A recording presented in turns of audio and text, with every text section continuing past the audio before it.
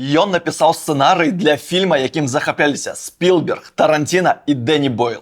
Дзякуючы яму у будучай нобелеўскай лаўрэаткі Святланы Алексіевіч з'явіўся першы дыктафон. Васіль Быкаў казаў пра гэтага чалавека так: тысячы беларусаў павінны быць удзячныя яму за выратаванае жыццё і здароўе. І ўсё гэта пра бадай самага недапрызнанага на сёння беларускага пісьменніка Алеся Адамовіча. У Беларусі стаіць толькі адзін помнік гэтаму выбітнаму дзеячу, грошы на які праз краундфандынг сабіралі неабыякавыя беларусы. Блін, і як жа ад гэтага прыкра, улічваючы тое, як шмат Адамовіч зрабіў для нашай краіны. Даглядзіце гэта відэа да канца, бо мы рабілі яго для вас і па вашых жа заяўках. Тым больш, біяграфія Адамовіча гатовы сцэнарый для серыяла Netflix. Таму абавязкова націсніце падабаечку, каб гэта відэа пабачыла як мага болей беларусаў. Ну і прыемнага прагляду.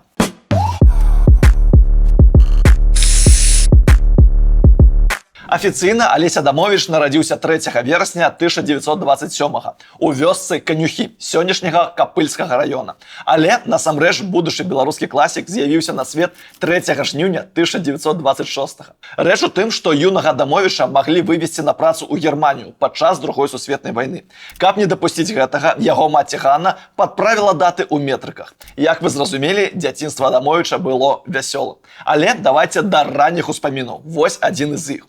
Аднойчы дарослыя апранулі малога Алеся ў ружовую сукенку, паставілі на крэсла і бязлітасна радаваліся. Нават маці казала: якая прыгожая дзяўчынка.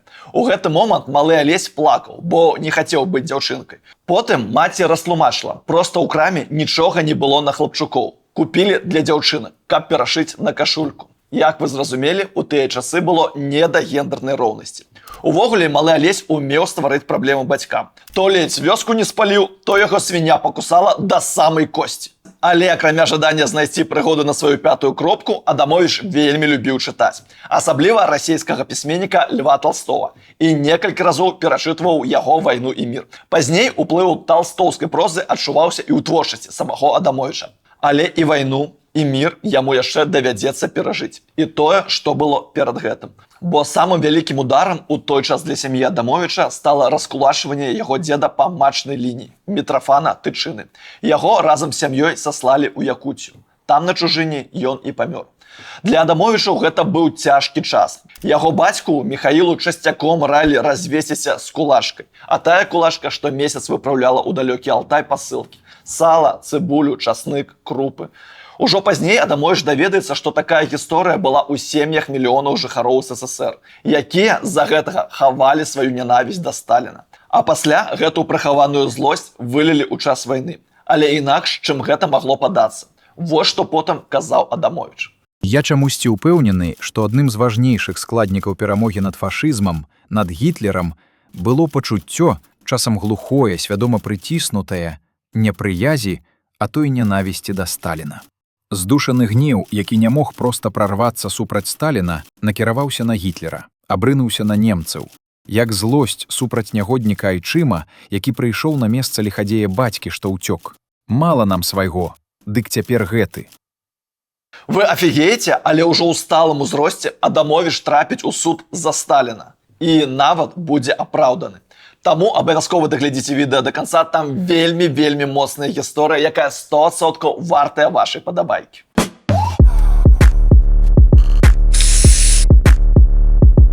Давайце да вайны, пра якую Адамовіч не толькі чытаў у Толстога, але і бачыў на ўласныя вочы. Рэч у тым, што яшчэ ў 1940 годзе яго бацька трапіў на вайсковую службу і наступныя 5 гадоў праслужыў тэрапеўтам. Усе гэтыя гады за Адамовічам і яго старэйшым братам даглядала толькі маці. Яна з першых месяцаў вайны была ў падполлі. Працавала загадчыцай аптэкі ў вёсцы Глуша, Бабруйскага раёна, і мела доступ да лекаў, якімі забяспечыла партызан атрада імя Кірова. Так было да сакавіка 1943-го, пакуль не паўстала пагроза арышту. Тады Ганна разам з дзецьмі ўжо паўнавартасна далучылася да атрада імя Кірова, дзе сам Алесь ужо стаў радавым. Той досвед ён перадаў найперш у хатынскай аповесці, якая стала адпраўным імпульсам для таго самага фільма «Ідзі і глядзі» Элема Клімова. І тут варта азначыць, што вайна для 16-гадовага Адамовіча – гэта не лозунгі і пафас. Толькі паслухайце, што ён пісаў. Гляджу ўслед нашым ворагам, што асуджаны аддаляюцца, і раптам думка. З'явіся цяпер нехта і прапануй мне, які ўжо пражыў 16 гадоў. Хочаш яшчэ 2 тыдні? Гарантаваныя, бесклапотныя, як ты жыў у свае 14 гадоў. Ну а потым, сам ведаеш, давядзецца заплаціць памерці. Я не спяшаў згаджацца. Але паводле настрою лета 1943-га 2 тыдні. Ды гэта ж цэлае жыццё, калі ўжо заўтра ад цябе магчыма толькі і застанецца, што грудок вунь там каля дарогі. Пакапаўшыся ў сабе, зазірнуўшы глыбей, я адказаў: 2 тыдні не. Але за месяц, за 4 тыдні так, згодны. І гэта думкі 16гадовага падлетка. Таму заканчэнне вайны стала сапраўдным святам для Адамовіча, настолькі, што ён разам з братам набыў трафейны матацыкл, якому вельмі радаваўся, настолькі, што ледзь на ім не разбіўся. І пасля маці прадала яго ад бяды падалей. Потым Адамовіч экстэрнам здаў усе школьныя іспыты і стаў студэнтам філалагічнага факультэта БДУ. Далей абараніў дысертацыю па творчасці Кузьмы Чорнага і пачаў выкладаць беларускую літаратуру на тым жа філалагічным факультэце. Але малады выкладчык меў нетыповыя погляды на савецкую літаратуру, што было патрэбна для кар'ернага роста. З-за гэтага ў яго з'явілася шмат ворагаў. І ў 1962 Адамовічу давялося абараняць сваю доктарскую дысертацыю пра беларускі раман не ў Беларусі, а ва Ўкраіне, у Кіеве, у Інстытуце літаратуры імя Тараса Шаўчэнкі. Но там жа, вядома, лепш ведаюць пра беларускія раманы.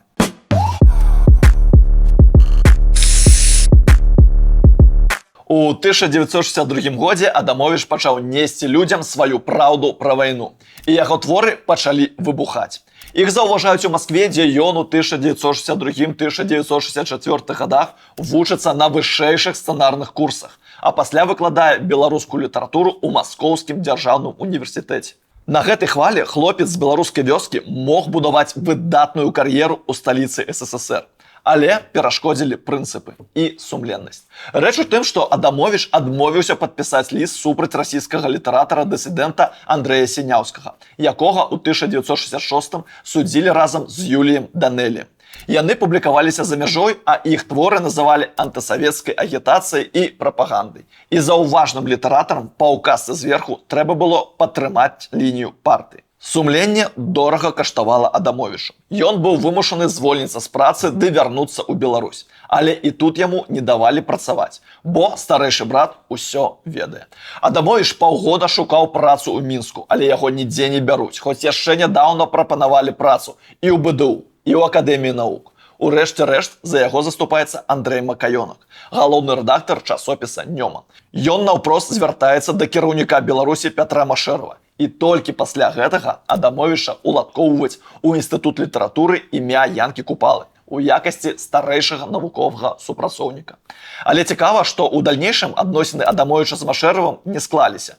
Кіраўніку БССР не падабалася, які вобраз партызану і вайны паказваў пісьменнік у сваіх творах, бо яны празмерна разыходзіліся ад таго вобразу усенароднай барацьбы, які ўжо не першы дзесятых гадоў стварала савецкая прапаганда. Дарэчы, выпуск пра Машэрава рабіў Мікіта. Гляньце, там гэты выбітны беларускі палітык паказаны з розных бакоў. І гэта вельмі цікава.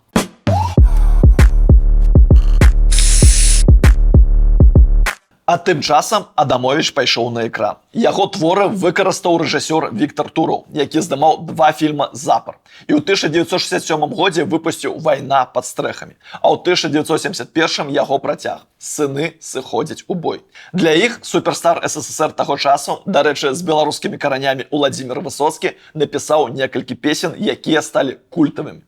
«Он не вернулся из боя», «Песня о земле», «Сыновья уходят в бой». Поспех фільмаў дадаў Адамовічу вагі, і ён вырашае ісці далей. Каб апеляваць не толькі да свайго ўласнага досведу пра вайну. У 1970-м Алесь сумесна з пісьменнікамі Уладзімірам Калеснікам і Янкам Брылём узяўся за мегапраект. Ён вырашыў апытаць жыхароў спалёных вёсак, сясцёр Хатыні, пра тое, як яны перажылі карныя аперацыі нацыстаў. Атрымліваецца эпічна. За 3 гады пісьменнікі аб'ездзілі 147 вёсак і запісалі больш за 300 чалавек. Тым самым стварылі новы літаратурны жанр – дакументальнай прозы, за які у будучым Святлана Алексеевіч атрымае свайго Нобеля па літаратуры. І нават тут сапраўдны Netflix. Свайго магнітафона у пісьменнікаў спачатку не было. Яны пазычылі «Вясну», Потым рэпарцёрскі магнітафон у радыёкамітэце. А стужку ім паводле ўспаміну Брыля увесь час падсоўвалі ўжо выкарыстаную. Больш за тое, запісы захоўваліся ў радыёкамітэце не як іх матэрыялы, а нібыта як запісы іншага чалавека. Бо спачатку яны працавалі па сутнасці таемна. І вось самая кінематаграфічная дэталь. У выніку Адамовіч і кампанія запісваюць 72 кіламетры стужкі. І толькі пазней, паводле распараджэння сакратара ЦК КПБ Александра Кузьміна, гэтую старую стужку перапісваюць у двух асобніках на добрую, каб захаваць сведчанні назаўсёды. Яшчэ раз, 72 кіламетры плёнкі. Гэта адлегласць ад Мінска да Барысава. Але цэнзура не дазваляе ўключыць у выданне ўсё, што накапалі. Але і без гэтага кніга «Я з вогненнай вёскі», што выйшла ў 1975 годзе, і сёння чытаецца так, што валасы становяцца дыбам. Гэта праца становіцца сапраўдным бестселерам. На яе звяртае ўвагу легендарны савецкі рэжысёр Элем Клімаў, які пасля знаёміцца і з іншымі творамі Адамовіча. Урэшце, два творцы вырашаюць зняць фільм «Забіць Гітлера». Тады ўсё ішло праз самы верх. Таму сам Машэраў спачатку ідэю падтрымлівае і дае на здымкі нават 45 тысяч інвалютных рублёў. Ды верталёт. Але пасля знаёмства са сцэнарыем адмаўляецца. Урэшце, да фільма паступіліся толькі пасля трагічнай гібелі Машэрава. Ён выходзіць пад іншай назвай «Ідзі і глядзі». Гэтым шэдэўрам натхняліся Спілберг, Таранціна і Дэні Бойл. Калі не глядзелі, вельмі раю. Але трэба папярэдзіць. Там сапраўдны жах. Памятайце, што калі ў свой час яго паказвалі ў СССР і за мяжой, то побач з кінатэатрамі дзяжурылі хуткія, бо людзей часам з залаў выносілі. Такое было ўздзеянне на гледача. Сёння так не здымаюць. Згодныя са мной? Падзяліцеся сваім меркаваннем у каментарах. Як вы бачыце, я ўсё чытаю. Бо гэты выпуск з'явіўся менавіта дзякуючы вашай актыўнасці. Дзякуй за яе вялікі.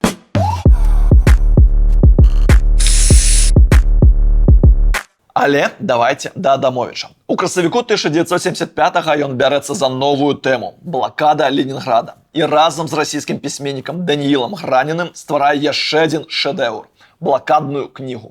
У выніку аўтары сабралі каля 200 аповедаў блакаднікаў, запісаных на магнітафон. А агульны аб'ём матэрыялу складае прыкладна 4000 сторонак. Самае дзіўнае, што першае выданне блакаднай кнігі выходзіць у Маскве ў 1979 годзе. Маленькім па савецкіх мерках накладам – 30 тысяч асобнікаў. А ў Ленінградзе кнігу доўга не дазвалялі. І ўвогуле партыйнае кіраўніцтва спрабуе цэнзураваць аповеды пра марадзёрства, непрывабныя моманты, пытанне пра рэальны лік ахвяр, недастатковае падкрэсленне ролі партыі і ўрада. У дакументах нават фігуруе прэтэнзія, што аўтары абапіраюцца на праўду факта. Такі вось сюр. І тут у траўні 1979-го у бальніцы апынулася маці Адамовіча. Алесь едзе яе адведаць і раптоўна ў лікарні страчвае прытомнасць. Яго тут жа шпіталізуюць. Дыягназ язвенны крывацёк. Каб ён у гэты момант знаходзіўся не ў лікарні, уратаваць пісьменніка было б немагчыма. Не апынуўся б у бальніцы, дзе памірала мама, 2,5 літры крыві ў страўніку мяне даканалі б. І тут мама выратавала.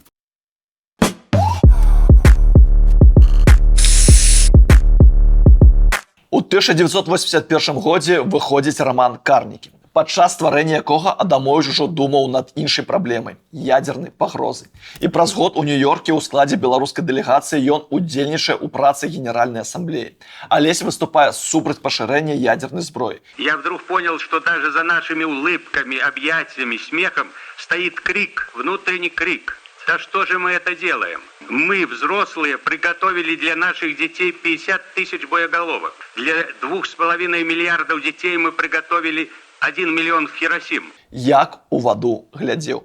Бо ў красавіку 1986-го выбухнуў Чарнобыль, пра які мы рабілі асобны выпуск. Там шмат пра ролю Адамовіча ў выкрыцці праўды пра катастрофу. Калі не глядзелі, то самы час выпраўляцца. Тым больш, што ў 1987-м Адамовіч стварае сцэнарый фільма «Імя гэтай зорцы Чарнобыль», якую павінен быў сняць амерыканец Стэнлі Крамер. Фільм нават ужо планавала запусціць у вытворчасць кампанія Columbia Pictures. Але ў апошні момант усё сорвалося.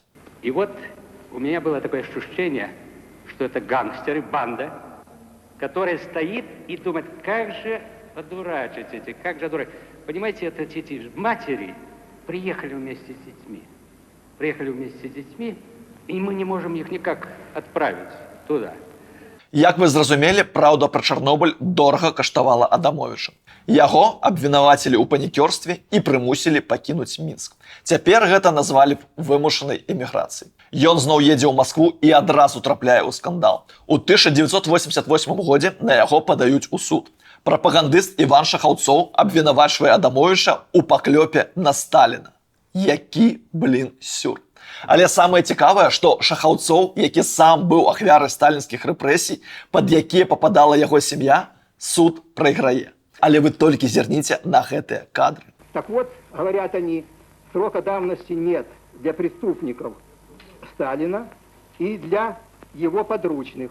Обратите внимание, разные судьи на термин «подручные». Ну, ассоциация такая, подручные палача. Значит, шайка во главе со Сталиным, банда, которая занималась преступлениями, связанными с расстрелами. Сталин уничтожил огромную часть моего народа. Я знаю, что это он, Сталин, лишил мою страну нормального земледелия, раскрестьянил его. И я, владелец 1/6 части планеты, не могу себя прокормить.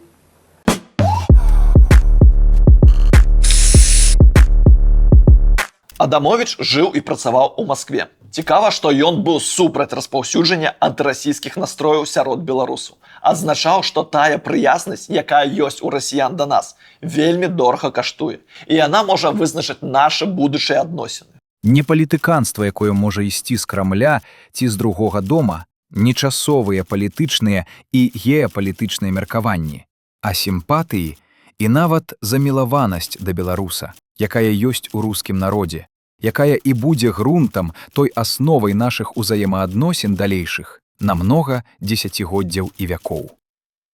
Што думаеце на гэты конт? Гоў абмяркуем у каментарах. А я нагадаю, што Адамовіч, не гледзячы на маскоўскую прапіску, шмат рабіў для Беларусі. Так, у ліпені 1988-га ён разам з Васілём Быкавым прысутнічае на пачатку раскопак у Курапатах, якія працягнуліся ўсяго 10 дзён. Один историк, Зенон, Поздняк, прослышал, что он был какой-то странный лес Куропаты. И с 37 по 40 год каждую ночь стреляли. А ўжо у кастрычніку таго ж 88-га у часопісе «Аганёк» Адамовіч публікуе выкравальніцкі артыкул пра сталінскія рэпрэсіі і Курапаты, дзе называе Мінск антыперабудовачнай Вандеяй. И это был сапраўдны выбух. Вот что произошло сейчас в Минске. Минск, мой родной Минск, республика, которую, кажется, все любили, любят, вдруг стала проявлять черты Вандеи, идеологической Вандеи. Такая пазіцыя Адамовіча не засталася незаўважнай з боку звычайных людзей.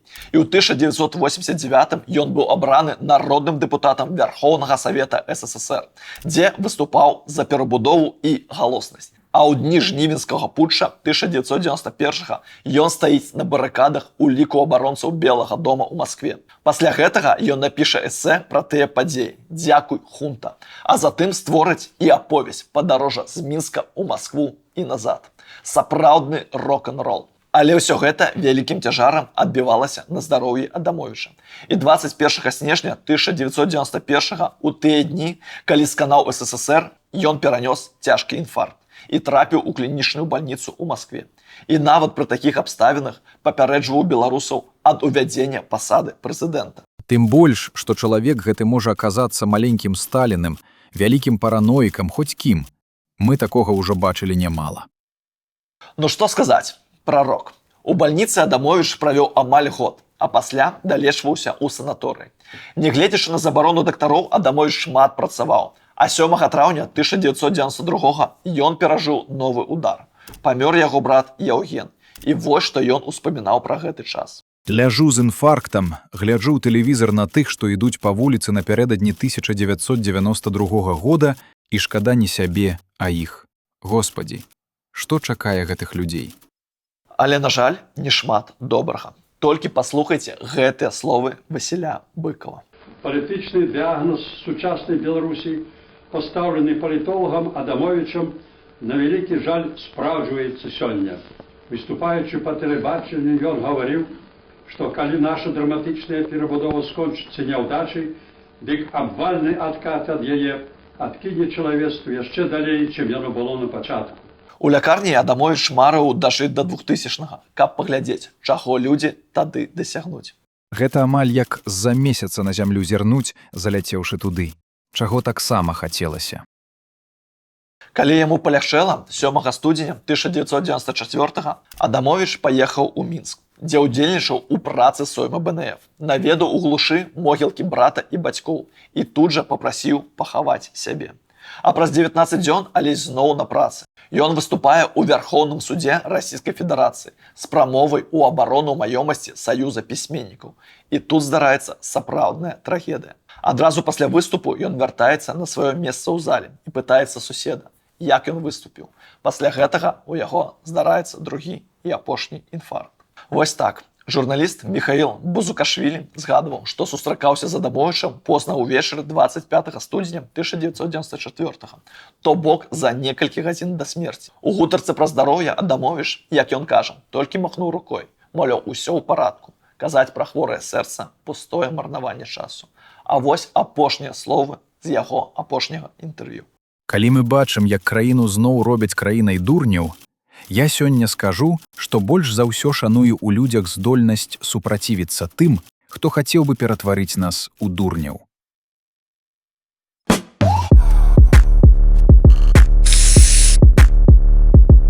Алеся Адамовіча пахавалі ў глушы 30 студзеня 1994. На магілу паставілі валун з надпісам «Алеся Адамовіч» і Ефрасініўскім крыжом. Падобныя валуны ёсць на магілах Быкова і Караткевіча. Калі ў вас будзе магчымасць, наведайце глушу. Тут ёсць вуліца Адамовіча. Захаваўся дом яго сям'і і аптэка, дзе працавала яго маці.